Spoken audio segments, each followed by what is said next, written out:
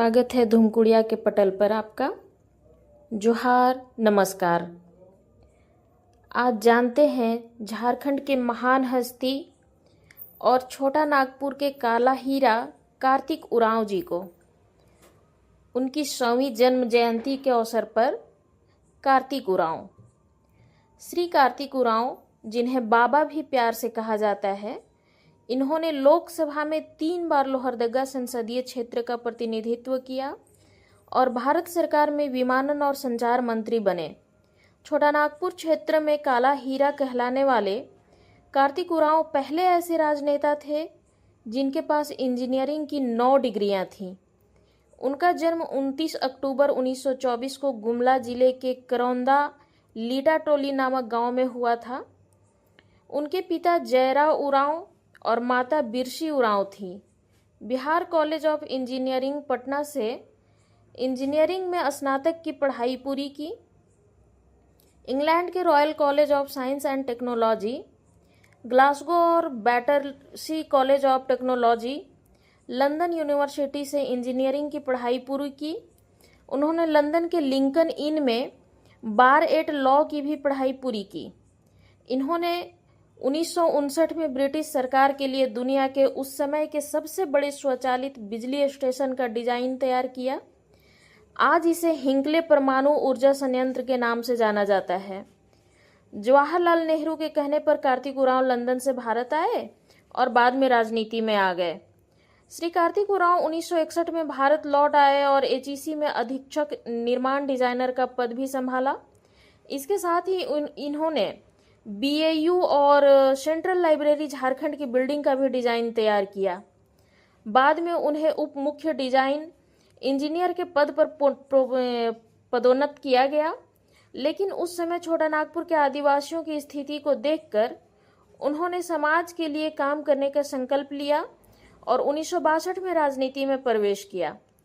आदिवासी ईसाई धर्मांतरण से वे क्षुब्ध थे, इसलिए 1967 में संसद में उन्होंने अनुसूचित जाति जनजाति आदेश संशोधन विधेयक 1967 लाया।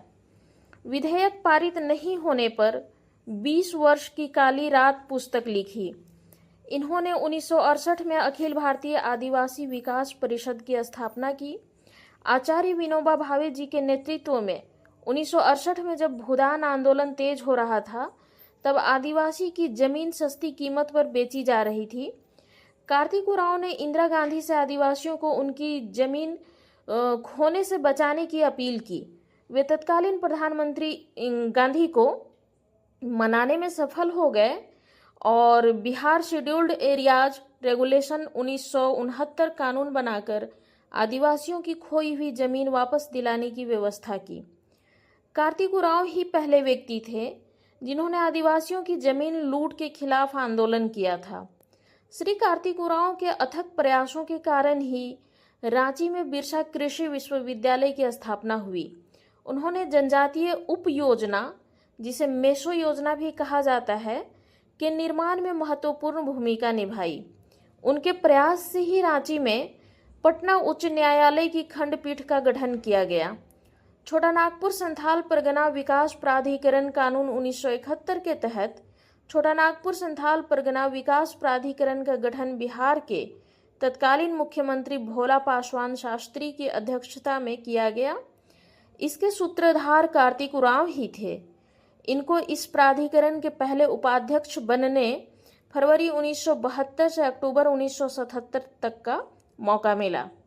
इस प्राधिकरण के नाकामी को उजागर करते हुए उन्होंने इसे कागजी शेर की उपमा दी थी।